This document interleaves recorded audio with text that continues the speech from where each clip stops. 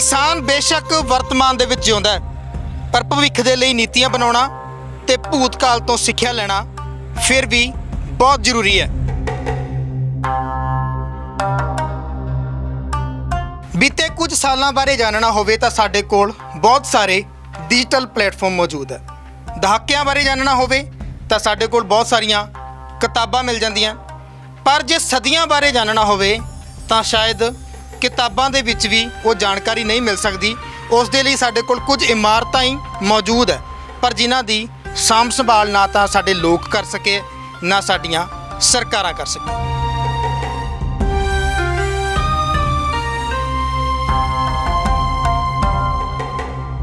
किसी दी मौत तो बाद उसकी याद नूं साਂਭਣ दे लई ये मकबरा तां बना दिता गया, पर अज ये मकबरा मर रहा। इस नूं ਸਾਂਭਣ दे लई अज दी पदार्थवादी दुनिया दे विचों कोई भी तैयार नहीं है।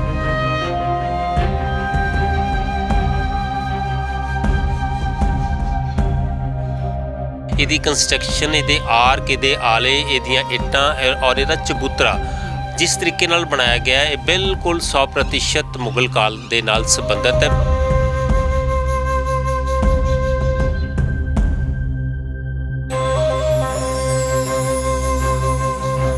क्योंकि इहदी इट जिहड़ी नानकशाही लगी हुई है उही इट है जिहड़ी सरहंद दे विच जिन्नी कंस्ट्रक्शन हुई है मुगल काल के समय के दौरान, बिल्कुल ओहदा ही अंग है।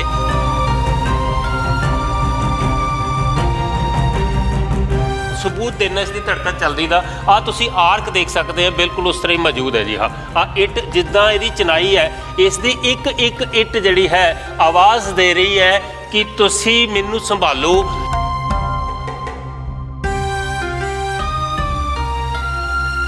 ये चूने की चनाई है, ये सारी की सारी चूना यूज़ किया गया। इनू निक्की इट भी कहने, सरहंद इट भी कहने, नानकशाही इट भी कहने। अज ये सीमेंट की जी उम्र है, वड्डियां तो वड्डियां कंपनियां 50-60 साल की लैंदियां, 400 साल तो खड़ा जी, बहुत वड्डी गल है।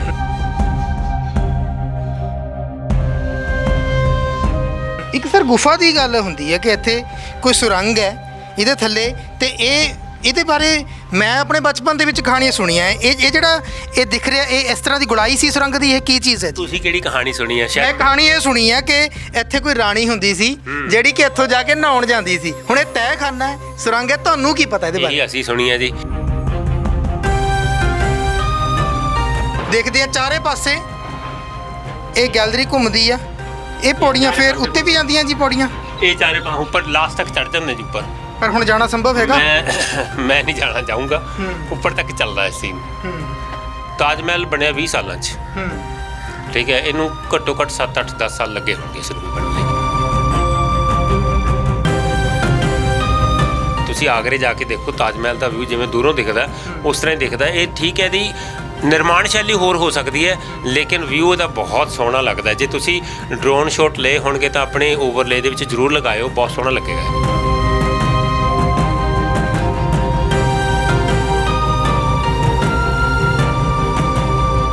तुसी आए हो इत्थे, तुसी महसूस किया है कि कितनी ठंडक है जी।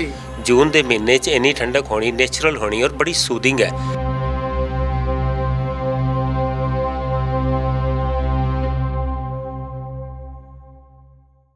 तस्वीरां ते गल्लां बातां तो अंदाज़ा तुहानूं हो ही गया होवेगा कि अज गल पिछोकड़ बारे करांगे। पिछोकड़ दी एक निशानी अज साडे पिछे तुसी देख रहे हो, ये मकबरा है जिसनों जमाल खान का मकबरा कहा जाता है। बहुत सारिया गल्लां बातां होणगियां, इतिहास बारे जाणांगे ते उस दे नाल ही इस दी बनावट अते होर बहुत सारे जो एंगल हैगे आ उस दे बारे गल्लां बातां करांगे। सो अज साडे नाल गलबात करन दे लई मेरे नाल मौजूद है जी तजिंदर चोपड़ा जी। सत श्री अकाल जी। सत श्री अकाल। सत श्री अकाल जी। बहुत स्वागत है जी। बहुत वधिया तुसी शूट कर रहे हो। उसका रोपड़ की धरोहर जिहड़ी है मुगल काल की इक्को एक धरोहर कह सकते हैं साडे शहर च है, साडे इलाके च है, तुसी शूट कर रहे हैं। मुबारकबाद तुहानूं, बहुत बहुत वधिया काम कर रहे हो तुसी। बहुत शुक्रिया सर। सो जानकारी तुहाडे कोलों चाहांगे। तुहाडी उम्र मेरे नालों बहुत ज़्यादा है तो तुसी बचपन इत्थे अपना लंघाया है, तुहाडी यादां भी बहुत सारियां होणगियां ते जानकारी चाहांगे कि मकबरा इत्थे मौजूद है पर इहदे बारे जानकारी नहीं मिलती। आसे पासे पुछिए किसी नूं पता ही नहीं इहदे बारे की है, इसदा इतिहास ਦੇਖੋ ਇਹਨੂੰ ਕਈ ਲੋਕ ਜਮਾਲਦੀਨ ਦਾ ਮਕਬਰਾ ਜਾਂ ਜਮਾਲ ਖਾਨ ਦਾ ਮਕਬਰਾ ਵੀ ਕਹਿੰਦੇ ਆ, ਠੀਕ ਹੈ ਜੀ। ਜਹਾਂਗੀਰ ਦੇ ਸਮੇਂ ਦਾ ਮਕਬਰਾ ਹੈ ਔਰ ਜਹਾਂਗੀਰ ਨੇ ਰੂਲ ਕੀਤਾ 1605 ਤੋਂ ਲੈ ਕੇ 1627 ਤੱਕ ਜੀ। ਜੇਕਰ ਅਸੀਂ ਗੱਲ ਕਰੀਏ ਮੁਗਲ ਕਾਲ ਦੀ, ਤਾਂ ਮੁਗਲ ਕਾਲ ਦੀ ਜਿਹੜੀ ਆਰਕੀਟੈਕਚਰ ਹੈ, ਭਵਨ ਨਿਰਮਾਣ ਕਲਾ ਹੈ, ਇਹ ਦੁਨੀਆ ਦੇ ਵਿੱਚ ਸਰਵੋਤਮ ਹੈ। ਤਾਜ ਮਹਿਲ ਦੀ ਗੱਲ ਕਰਦੇ ਹਾਂ, ਜਾਮਾ ਮਸਜਿਦ ਦੀ ਗੱਲ ਕਰਦੇ ਹਾਂ, ਔਰ ਹੋਰ ਜਿੰਨੇ ਵੀ ਧਰੋਹਰ ਉਹਨਾਂ ਨੇ ਬਣਾਏ ਨੇ, ਔਰ ਉਹਨਾਂ ਦੇ ਵਿੱਚ ਨਾਲ ਮੇਲ ਖਾਂਦੀ ਹੈ ਇਹਦੀ ਕੰਸਟਰਕਸ਼ਨ, ਇਹਦੇ ਆਰਕ, ਇਹਦੇ ਆਲੇ, ਇਹਦੀਆਂ ਇੱਟਾਂ ਔਰ ਇਹਦਾ ਚਬੂਤਰਾ ਜਿਸ ਤਰੀਕੇ ਨਾਲ ਬਣਾਇਆ ਗਿਆ ਇਹ ਬਿਲਕੁਲ 100% ਮੁਗਲ ਕਾਲ ਦੇ ਨਾਲ ਸੰਬੰਧਿਤ ਹੈ। ਬੇਸ਼ੱਕ ਇਹਦੇ ਦਸਤਾਵੇਜ਼ ਜਿਹੜੇ ਹੈ ਇੰਨੇ ਪਬਲਿਸ਼ ਨਹੀਂ ਹੋਏ, ਇੰਟਰਨੈਟ 'ਤੇ ਜੋ ਥੋੜ੍ਹੀ ਬਹੁਤੀ ਲੋਕਾਂ ਨੇ ਜਾਣਕਾਰੀ ਪਾਈ ਹੋਈ ਹੈ ਉੱਥੋਂ ਸਾਨੂੰ ਪਤਾ ਲੱਗਦਾ ਹੈ, ਜਾਂ ਕੁਝ ਕਿਤਾਬਾਂ ਦੇ ਵਿੱਚ ਵੀ ਜਿਹੜੇ ਲੇਖਕ ਨੇ ਰੋਪੜ ਦੇ ਉਹਨਾਂ ਨੇ ਇਹਨਾਂ ਨੂੰ ਲਿਖਣ ਦੀ ਕੋਸ਼ਿਸ਼ ਕੀਤੀ ਹੈ, ਲੇਕਿਨ ਜਾਣਕਾਰੀ ਅੱਧੀ ਅਧੂਰੀ ਹੀ ਹੈ। ਇੰਨਾ ਜ਼ਰੂਰ ਹੈ ਕਿ ਇਹ ਜਹਾਂਗੀਰ ਦੇ ਕਾਲ ਦਾ ਹੈ, ਕਿਉਂਕਿ ਇਹਦੀ ਇੱਟ ਜਿਹੜੀ ਨਾਨਕਸ਼ਾਹੀ ਲੱਗੀ ਹੋਈ ਹੈ ਉਹੀ ਇੱਟ ਹੈ ਜਿਹੜੀ ਸਰਹੰਦ ਦੇ ਵਿੱਚ ਜਿੰਨੀ ਕੰਸਟਰਕਸ਼ਨ ਹੋਈ ਹੈ ਮੁਗਲ ਕਾਲ ਦੇ ਸਮੇਂ ਦੇ ਦੌਰਾਨ, ਬਿਲਕੁਲ ਉਹਦਾ ਹੀ ਅੰਗ ਹੈ, ਉਹਦੀ ਹੀ ਇੱਕ ਲੜੀ ਹੈ। ਉਹਦੀ ਲੜੀ ਦੇ ਤਹਿਤ ਹੀ ਜਿਹੜਾ ਹੈ ਅਸੀਂ ਸਰਹੰਦ ਜਾਂ ਰੋਪੜ ਜਾਂ ਫਿਰ ਅੱਗੇ ਜਾਈਏ ਅੰਮ੍ਰਿਤਸਰ ਜਾਂ ਲਾਹੌਰ ਤੱਕ ਜਿਹੜਾ ਸਾਰੀ ਕੰਸਟਰਕਸ਼ਨ ਮਿਲਦੀ ਜੁਲਦੀ ਹੈ। ਇਹ ਹੈ ਬਿਲਕੁਲ ਸਰ, ਜਿਹੜਾ ਇਨਸਾਨ ਜਿਸ ਦੀ ਯਾਦ ਦੇ ਵਿੱਚ ਇਹ ਬਣਾਇਆ ਗਿਆ ਜੀ, ਇਸ ਦੀ ਹਾਲਤ ਦੇਖ ਕੇ ਤਾਂ ਇਹ ਲੱਗਦਾ ਹੈ ਵੀ ਉਹ ਵੀ ਸ਼ਾਇਦ ਇੰਨੀ ਨੋਨ ਪਰਸਨੈਲਿਟੀ ਨਹੀਂ ਰਹੀ ਹੋਵੇਗੀ, ਕਿਉਂਕਿ ਉਹਨਾਂ ਦੀ ਯਾਦ ਵੀ ਇੰਨੀ ਚੰਗੀ ਤਰ੍ਹਾਂ ਨਹੀਂ ਸਾਂਭੀ ਕਿ ਜਿਸ ਤਰ੍ਹਾਂ ਦੇ ਹਾਲਾਤ ਇਸ ਇਮਾਰਤ ਦੇ ਲੱਗ ਰਹੇ ਆ, ਤਾਂ ਇੰਨੇ ਨੌਨ ਰਹੇ ਹੋਣਗੇ ਉਹ। ਦੇਖੋ ਇਸ ਤਰ੍ਹਾਂ ਹੈ ਕਿ ਮੁਗਲ ਕਾਲ ਦੇ ਵਿੱਚ ਜਿਹੜੇ ਮੁਗਲ ਸ਼ਾਸਕ ਸੀ, ਚਾਹੇ ਅਸੀਂ ਜੇ ਗੱਲ ਕਰੀਏ ਜ਼ਹੀਰੁੱਦੀਨ ਮੁਹੰਮਦ ਬਾਬਰ ਦੀ, ਹੁਮਾਯੂੰ ਦੀ, ਅਕਬਰ ਦੀ, ਜਹਾਂਗੀਰ ਦੀ, ਸ਼ਾਹਜਹਾਂ ਦੀ, ਬਹਾਦਰ ਸ਼ਾਹ ਜ਼ਫਰ ਦੀ, ਔਰੰਗਜ਼ੇਬ ਦੀ, ਜਿੰਨੇ ਵੀ ਸ਼ਾਸਕ ਹੋਏ ਮੁਗਲ ਕਾਲ ਦੇ ਵਿੱਚ, ਭਵਨ ਨਿਰਮਾਣ ਕਲਾ ਤਾਂ ਹਿੰਦੁਸਤਾਨ ਨੂੰ ਇਹਨਾਂ ਨੇ ਦਿੱਤੀ ਹੈ ਔਰ ਨਵੇਕਲੀ ਦਿੱਤੀ ਹੈ। ਔਰ ਮੁਗਲ ਕਾਲ ਦੀ ਖਾਸੀਅਤ ਇੱਕ ਹੋਰ ਵੀ ਹੈ ਕਿ ਇਸ ਦੀ ਜਿਹੜੀ ਬਣਾਵਟ ਹੈ ਹਿੰਦੂ ਸ਼ੈਲੀ ਦੇ ਨਾਲ ਵੀ ਕਾਫੀ ਕੁਛ ਮਿਲਦਾ, ਜਿਵੇਂ ਗੁੰਬਦ ਜਿਹੜੇ ਬਣਾਉਂਦੇ ਸੀਗੇ ਇਹ, ਔਰ ਆਪਣੇ ਜਨਰਲ, ਆਪਣੀਆਂ ਜਿਹੜੇ ਵੀ ਇਹਨਾਂ ਦੇ ਮੁਗਲ ਕਾਲ ਦੇ ਵਿੱਚ ਸਹਾਇਕ ਹੁੰਦੇ ਸੀਗੇ, ਆਫੀਸਰਸ ਹੁੰਦੇ ਸੀਗੇ, ਉਹਨਾਂ ਦੇ ਲਈ ਵੀ ਜਿਹੜਾ ਹੈ ਇਹ ਕੰਸਟਰਕਸ਼ਨ ਕਰਦੇ ਸੀਗੇ। ਯਾਦਾਂ ਨੂੰ ਪਰੋਣ ਦਾ ਇਹਨਾਂ ਦੀ ਰਵਾਇਤ ਰਹੀ ਹੈ, ਜਿਵੇਂ ਤਾਜ ਮਹਿਲ ਤੁਸੀਂ ਦੇਖ ਸਕਦੇ ਹੋ ਕਿ ਸ਼ਾਹਜਹਾਂ ਨੇ ਆਪਣੀ ਬੇਗਮ ਦੀ ਯਾਦ ਦੇ ਵਿੱਚ ਬਣਾ ਦਿੱਤਾ, ਤੇ ਜਿਹੜੇ ਵੀ ਇਹਨਾਂ ਦੇ ਈਵਨ ਸਿਪਾ ਸਲਾਰ ਵਗੈਰਾ ਸੀਗੇ ਉਹਨਾਂ ਨੂੰ ਵੀ ਯਾਦ ਕਰਦੇ ਸੀ, ਜਿਹੜੇ ਯੁੱਧ ਕੌਸ਼ਲ ਦਿਖਾਉਂਦੇ ਸੀਗੇ ਕਿਸੇ ਵੀ ਰਣਭੂਮੀ ਦੇ ਵਿੱਚ, ਉਹਨਾਂ ਦੀ ਮੰਨਦੇ ਸੀ, ਉਹਨਾਂ ਨੂੰ ਇਹ ਇੱਕ ਤਰੀਕੇ ਨਾਲ ਸ਼ਰਧਾ ਦਿੰਦੇ ਸੀਗੇ। ਤਾਂ ਇਹ ਰਵਾਇਤ ਸੀਗੀ, ਕਦਰ ਕਰਦੇ ਸੀ ਜੀ, ਕਦਰਦਾਨ ਸੀ, ਕਦਰ ਕਰਦੇ ਸੀ। ਬਿਲਕੁਲ ਇੰਡੋ ਮੁਸਲਿਮ ਸੱਭਿਅਤਾ ਕਹਿ ਸਕਦੇ ਹਾਂ ਇਹਨੂੰ ਅਸੀਂ, ਬਿਲਕੁਲ ਕਹਿ ਸਕਦੇ ਹਾਂ ਕਿ ਇਹ ਜਿਹੜੀ ਹੈ, ਦੇਖੋ ਹਿੰਦੁਸਤਾਨ ਦੀ ਜਿਹੜੀ ਸ਼ੈਲੀ ਹੈਗੀ ਕੰਸਟਰਕਸ਼ਨ ਦੀ ਉਹ ਬਿਲਕੁਲ ਇਸ ਤਰ੍ਹਾਂ ਹੀ ਹੈ। ਹਿੰਦੂ ਅਤੇ ਮੁਸਲਿਮ ਜਿਹੜਾ ਮੁਗਲ ਕਾਲ ਹੈ ਸਾਰਾ ਉਹ ਸੁਮੇਲ ਹੀ ਹੈ ਇਸਦਾ, ਅਤੇ ਇਹ ਧਰੋਹਰ ਹੈ। ਲੇਕਿਨ ਬਤੌਰ ਹਿਸਟੋਰੀਅਨ ਮੈਂ ਸ਼ਹਿਰ 'ਚ ਰਹਿਣਾ ਔਰ ਬਚਪਨ ਇੱਥੇ ਗੁਜ਼ਾਰਿਆ, ਇਹ ਇਮਾਰਤ ਬਿਲਕੁਲ ਠੀਕ ਠਾਕ ਹੁੰਦੀ ਸੀ। ਸਰਕਾਰਾਂ ਆਉਂਦੀਆਂ ਗਈਆਂ, ਬਦਲਦੀਆਂ ਗਈਆਂ, ਸਮਾਂ ਬਦਲਦਾ ਗਿਆ, ਲੋਕਾਂ ਨੇ ਵੀ ਬਹੁਤ ਡਿਮਾਂਡ ਕੀਤੀ, ਔਰ ਹੁਣ ਵੀ ਲੋਕ, ਸੂਝਵਾਨ ਲੋਕ ਇਹਦੀ ਡਿਮਾਂਡ ਕਰਦੇ ਕਿ ਇਸ ਦੀ ਕੰਸਟਰਕਸ਼ਨ ਨੂੰ ਜਿਹੜਾ ਹੈ ਇਹਦਾ ਰੱਖ ਰਖਾਵ ਹੋਣਾ ਚਾਹੀਦਾ। ਔਰ ਇਸ ਮੁਗਲ ਕਾਲ ਦੀ ਇੱਕੋ ਇੱਕ ਇਮਾਰਤ ਜਿਹੜੀ ਸਾਡੇ ਸ਼ਹਿਰ 'ਚ ਹੈ, ਇਸ ਦੇ ਬਾਰੇ ਕੁਝ ਸੋਚ ਨਹੀਂ ਰਿਹਾ, ਨਾ ਕੋਈ ਪੋਲੀਟੀਸ਼ੀਅਨਸ, ਨਾ ਅਥਾਰਟੀਜ਼, ਅਤੇ ਨਾ ਹੀ ਬੁੱਧੀਜੀਵੀ ਸੋਚਦੇ ਨੇ, ਉਹਨਾਂ ਦੀ ਗੱਲ ਪਹੁੰਚਦੀ ਨਹੀਂ। ਤੁਹਾਡੇ ਚੈਨਲ ਦਾ, ਤੁਹਾਡਾ ਐਡਾ ਵੱਡਾ ਪਲੇਟਫਾਰਮ ਹੈ ਪੰਜਾਬ ਦੇ ਵਿੱਚ, ਇੰਡੀਆ 'ਚ ਨੰਬਰ 1 ਚੈਨਲ ਹੈ ਤੁਹਾਡਾ, ਔਰ ਮੈਨੂੰ ਲੱਗਦਾ ਕਿ ਇਸ ਚੈਨਲ ਦੇ ਜ਼ਰੀਏ ਸਾਡੇ ਵਰਗੇ ਜਿਹੜੇ ਦੁਖੀ ਆਤਮਾ ਹੈ ਉਹਨਾਂ ਦੀ ਸ਼ਾਇਦ ਕੋਈ ਨਾ ਕੋਈ ਸਰਕਾਰੀ ਦਰਬਾਰੇ ਗੱਲ ਨਹੀਂ ਸਰ, ਕਿ ਲੋਕ ਸੋਚਦੇ ਰਹਿੰਦੇ ਆ, ਕਰਨ ਦਾ ਨਹੀਂ ਸੋਚਦੇ। ਦੇਖੋ ਨਿਜ਼ਾਮ ਬਦਲਦੇ ਰਹੇ ਹੈ, ਪੋਲੀਟੀਸ਼ੀਅਨਸ ਦੇਖਦੇ ਆ ਸਾਰਾ ਕੁਝ, ਸਭ ਨੂੰ ਪਤਾ ਹੈ, ਲੇਕਿਨ ਜੇ ਇਸ 'ਤੇ ਐਕਸ਼ਨ ਹੋ ਜਾਵੇ ਤਾਂ ਇਹ ਇੱਕ ਟੂਰਿਜ਼ਮ ਦਾ ਵੀ ਬਹੁਤ ਵਧੀਆ ਖੇਤਰ ਬਣ ਸਕਦਾ ਹੈ। ਸਾਹਮਣੇ ਇੰਪਰੂਵਮੈਂਟ ਟਰਸਟ ਦਾ ਤੁਸੀਂ ਦੇਖ ਸਕਦੇ ਹੋ ਕਿ ਇੰਨਾ ਖੁੱਲ੍ਹਾ ਜਿਹੜਾ ਹੈ ਜਗ੍ਹਾ ਹੈ ਸਾਹਮਣੇ, ਔਰ ਇੱਥੇ ਮੈਂ ਕਹਿੰਦਾ ਜੀ ਆਪਣਾ ਲਾਈਟ ਐਂਡ ਸਾਊਂਡ ਪ੍ਰੋਗਰਾਮ ਕਰਕੇ ਅੱਛਾ ਰੈਸਟੋਰੈਂਟ ਬਣਾਇਆ ਜਾ ਸਕਦਾ, ਵਧੀਆ ਚੀਜ਼ ਪੇਸ਼ ਕੀਤੀ ਜਾ ਸਕਦੀ ਹੈ। ਯੂਰਪ ਦੇ ਵਿੱਚ ਲੋਕਾਂ ਨੇ ਆਪਣੀਆਂ ਇਸ ਤਰ੍ਹਾਂ ਹੀ ਧਰੋਹਰਾਂ ਨੂੰ, ਇਮਾਰਤਾਂ ਨੂੰ ਸੰਭਾਲ ਕੇ ਰੱਖਿਆ ਹੋਇਆ, ਔਰ ਰੈਵਨਿਊ ਦਾ ਇੱਕ ਬਹੁਤ ਵੱਡਾ ਜਿਹੜਾ ਹੈ ਅੰਸ਼ ਬਣ ਸਕਦਾ, ਇੱਥੋਂ ਬਹੁਤ ਕੁਛ ਮਿਲ ਸਕਦਾ। ਅੱਜ ਦੇ ਸਮੇਂ 'ਚ ਤੁਸੀਂ ਦੇਖ ਸਕਦੇ ਆ ਇੱਥੇ ਕੋਈ ਵੀ ਆ ਕੇ ਰਹਿ ਸਕਦਾ। This place is open to all, anybody can come, anybody can stay over here. ਤੁਸੀਂ ਰਾਤ ਨੂੰ ਵੀ ਸਟੇ ਕਰ ਸਕਦੇ ਹੋ, ਆਪਣੀ ਲਾਓ, ਆਪਣੀ ਲਾਲਟੈਨ, ਆਪਣਾ ਕੁਛ ਲੈ ਕੇ ਇੱਥੇ ਸਟੇ ਕਰ ਸਕਦੇ ਹੋ ਤੁਸੀਂ। कोई मनाही नहीं है, कोई चौकीदार नहीं है, किसी प्रकार की कोई रुकावट नहीं है। ये थोड़ा है कि आओ कब्जा कर लो, हाँ कब्जा कोई भी कर सकता है। ये थोड़ा दुखांतक है। तो उम्मीद करते हैं कि तुहाडे इस चैनल के जरिए जिहड़ा तुसीं बीड़ा चुक्या कि ये किते ना किते जिहड़ी गल पहुँचनी चाहिए है, और लोग भी जेकर असीं सारे एक हो के एक प्लेटफॉर्म जिहा बनाइए तो सरकार ते प्रैशर पा के ये काम कर सकते हैं। कोई ना कोई बन सकता है, कोई ना कोई किसी के दिमाग च आवे तो इस धरोहर नूं बचा सकता है। बचपन दे विच जिन्हां दी उम्र 50 साल तो वध है उन्होंने तो इत्थे पढ़िया भी, मैं इत्थे पढ़न ਲਈ भी आउंदा रहा। गांधी स्कूल नज़दीक है, उत्थों सीधा रस्ता आउंदा सीगा। इत्थे बच्चे अक्सर आ जाते सी, खेडण खुडण भी आ जाते सी, कोई प्रॉब्लम नहीं सीगी। और ये जगह, इसका फर्श, इसका आला दुआला बड़ा साफ सुथरा होंदा सीगा, लेकिन हुण सब कुछ ढह ढेरी हो गया। मैं कह लीए कि पिछले 400 साल जे गल करिए तो ये जवान सी, पूरा अपनी जोबन दे उत्ते सी, ते 50-60 सालों च ये मरण किनारे आ गया। हाँ बिल्कुल मरण किनारे आ गया। और देखो साह लै रहा है, साह चल रहे हैं, नब्ज़ भी चल रही है, धड़कन भी चल रही है, पर थोड़ी जी सपोर्ट। मैं तुहानूं सबूत देना इसकी धड़कन चलती दा। आ तुसीं आर्क देख सकते हैं, बिल्कुल उस तरह ही मौजूद है जी। हाँ आ इट जिद्दां इहदी चिनाई है, इसकी एक एक इट जिहड़ी है आवाज़ दे रही है कि तुसीं मैनूं संभालो। इस दे विचों बिल्कुल आवाज़ आ रही है, मैनूं महसूस होंदा है कि एक एक इट कह रही है कि मैनूं संभालो, थोड़ा जिहा साथ दो मेरा, थोड़ी जी मैनू सपोर्ट सिस्टम लगाओ। मैं वेंटीलेटर ते हैं तो शायद मैं बच जावां, बच सकती है ये। बिल्कुल सर, ये जी डिज़ाइन की गल करिए हुण, जिहड़ा मुगल आर्कीटैक्चर सीगा उहदे डिज़ाइन किस तरह के हुंदे सी, किहड़ियां इट्टां इन्हां नूं कहने, किस तरह दी चनाई है, किहड़ा मटीरियल वरतिया गया होवेगा, वो सारियां तमाम चीज़ां जिहड़ियां हैगियां उहदे बारे जरा जानकारी दिओ। देखो जी, इहदे च आ तुसीं देख सकते हैं, ये चूने की है सारी चनाई जी। ये चूने की चनाई है, ये सारी की सारी चूना यूज़ किया गया। इनू निक्की इट भी कहने, सरहंद इट भी कहने, नानकशाही इट भी कहने। तो ये बाकी लोगों ते कमेंट भी छड़ देने जी, शायद इट्टां दे बारे वो कोई वधिया होर जानकारी भी दे देण। नानकशाही ते सरहंद इट दे विच बहुता फर्क नहीं है, लेकिन कुछ इतिहासकार कहते हैं कि थोड़ा जिहा पीरीयड का फर्क है, टाइम का फर्क है। तो इनू निक्की इट, नानकशाही इट या सरहंद इट कहने। उही इट है जिहड़ी सारे साडे रोपड़ के आले दुआले, क्योंकि सरहंद जिहड़ा है ना जी वो बहुत वड्डा केंद्र रहा मुगल काल दे विच, पूरी राजधानी रहा, हिंद का सिर रहा, इस करके उन्होंने सरहंद कहने हैं। हो सकता मैन्युफैक्चरिंग बहुत वड्डे लैवल ते हुंदी होवे सरहंद दे विच, एक थां ते ही हुंदी होवे। मैं उही उत्थे ही आ रहा है कि एक थां ते ही हुंदी होवे, क्योंकि सेम शैली जिहड़ी सरहंद दे विच इमारतां मिलदियां, भवन मिलदे हैं, उन्हां दे नाल मिलदी है। और मुगल काल दे विच इस तरह के आले बड़े बड़े इस तरह दियाँ आर्क्स जड़ियाँ हैं वो बनाते होंदे सीगियां सारियां इमारतें। ईवन चाहे तुसी ताज महल च भी जाके देखोगे ना शाहजहां दे पीरियड दे विच, तो उत्थे भी इस तरह दी आर्क्स मिलती हैं। और अजकल दा मिस्त्री इस तरह दी आर्क जिहड़ा है राजगिरी का काम जिहड़ा है करना बड़ा मुश्किल। अजकल सरिया आ गया, सरिये का प्रयोग होंदा, तुसीं इत्थे देख सकते हैं ये बिना सरिये तो है सारा।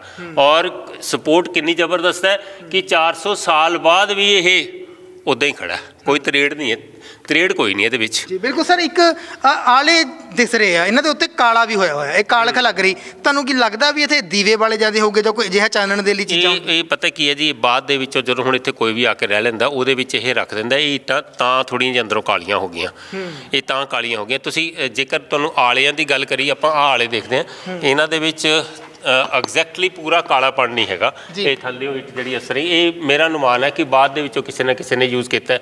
बाकी इट्टां जिहड़ियां सीगियां उदों क्योंकि इन्नी फाइन कारागिरी नहीं सी हुंदी, कुछ इट्टां वैसे भी ज़्यादा पक जांदियां सीगियां तो कालियां हो जांदियां, उन्हां दी पकाई जिहड़ी है वो ज़्यादा हो जाती है। समय दे नाल भी कुछ इट्टां जिहड़ियां है उन्हां ते काई वगैरह आ जाती है। अदरवाइज़ इस तरह की कोई गल नहीं है कि उस समय दे दीवे जिहड़े हैं वो हुण भी दिखाई दिंदे हैं। मेरा अनुमान है कि इत्थे कोई ना कोई आके बैठदा रहिंदा है या कुछ ना कुछ चलदा रहिंदा है, तो इस करके ये गतिविधियां होंदियां रहिंदियां। किहड़े समय दे विच तुहानूं लगदा है इहदा निर्माण होया होवेगा? जहांगीर बादशाह का टाइम, जहांगीर का टाइम है 1605 तो 1627, तो लगभग वो 1615 1620 के नेड़े तेड़े जिहड़ा लास्ट वाला पीरियड है उस दे विच ही मेरा अनुमान है कि इसकी कंस्ट्रक्शन हुई होएगी।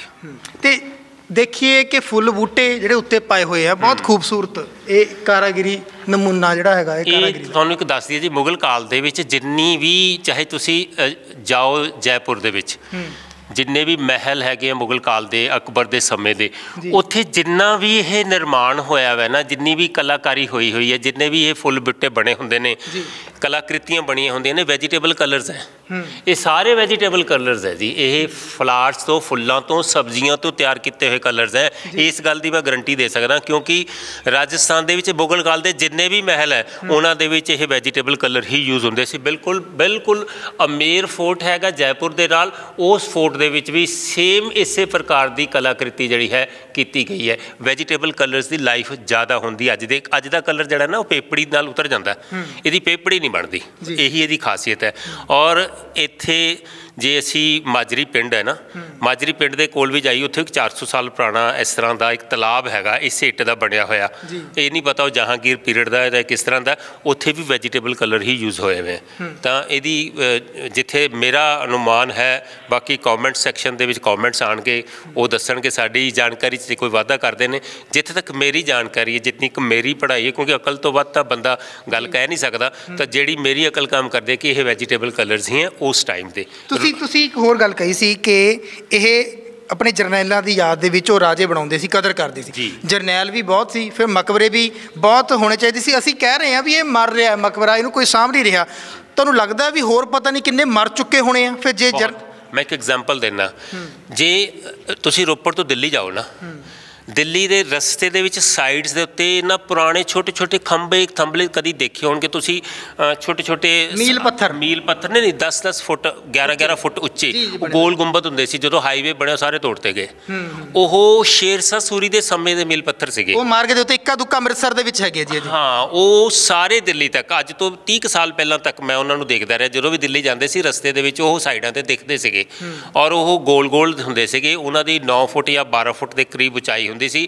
ਦਿੱਲੀ ਸ਼ਹਿਰ 'ਚ ਹਜੇ ਵੀ ਮੌਜੂਦ ਹੈ ਉਹ, ਕਈ ਥਾਵਾਂ 'ਤੇ ਸ਼ਹਿਰ ਦੇ ਵਿੱਚ ਮੌਜੂਦ ਹੈ ਉਹ, ਜਿੱਥੇ ਜਿੱਥੇ ਧਰੋਹਰ ਦੇ ਨਾਲ ਨਾਲ ਹੈ। ਤਾਂ ਉਹ ਮੀਲ ਪੱਥਰ ਕੋਹ ਹੁੰਦੇ ਸੀ, ਕਈ ਕੋਹਾਂ ਦੇ ਦੂਰ 'ਤੇ ਉਹ ਬਣਾਉਂਦੇ ਹੁੰਦੇ ਸੀਗੇ। ਤਾਂ ਇਸ ਤਰ੍ਹਾਂ ਦੇ ਛੋਟੀਆਂ ਛੋਟੀਆਂ ਚੀਜ਼ਾਂ ਜਿਹੜੀਆਂ ਹੈ ਉਹ ਬਹੁਤ ਉਹਨਾਂ ਦੀ ਖਰਾਬੀ ਹੋਈ ਹੈ, ਜਿਹੜੀਆਂ ਕਿ ਸੰਭਾਲੀਆਂ ਜਾ ਸਕਦੀਆਂ ਸੀ। ਕਿਉਂਕਿ ਦੇਖੋ ਵਿਦਿਆਰਥੀਆਂ ਲਈ ਵੀ ਖਾਸ ਤੌਰ 'ਤੇ ਜਿਹੜੇ ਭਵਨ ਨਿਰਮਾਣ ਕਲਾ ਦੇ ਨਾਲ ਜੁੜੇ ਹੋਏ ਆਰਕੀਟੈਕਟਸ ਦਾ ਕੋਰਸ ਕਰ ਰਹੇ ਹੈ, ਜਾਂ ਅਸੀਂ ਆਪਣੀ ਵੀ ਵਰਤਮਾਨ ਸਮੇਂ ਦੇ ਵਿੱਚ ਆਪਣੀ ਭਵਨ ਨਿਰਮਾਣ ਕਲਾ ਨੂੰ ਸੁਧਾਰਨਾ ਹੈ, ਕੁਝ ਸੰਵਾਰਨਾ ਹੈ, ਤਾਂ ਉਹਦੇ ਵਿੱਚ ਸਿੱਖਣ ਦੇ ਲਈ ਵੀ ਇੱਕ ਬਹੁਤ ਵੱਡਾ ਜਿਹੜਾ ਨਾ, ਜਿਵੇਂ ਅਸੀਂ ਕਹਿੰਦੇ ਡਾਕਟਰਸ ਡੈਡ ਬੋਡੀ ਚਾਹੀਦੀ ਹੁੰਦੀ ਉਹਨਾਂ ਨੂੰ ਉਹਦੇ ਉੱਤੇ ਐਕਸਪੈਰੀਮੈਂਟਸ ਕਰਨ ਦੇ ਲਈ, ਤਾਂ ਇਹ ਐਕਸਪੈਰੀਮੈਂਟਸ ਕਰਨ ਦੇ ਲਈ ਇੱਕ ਬੜੀ ਵਧੀਆ ਚੀਜ਼ ਹੈ।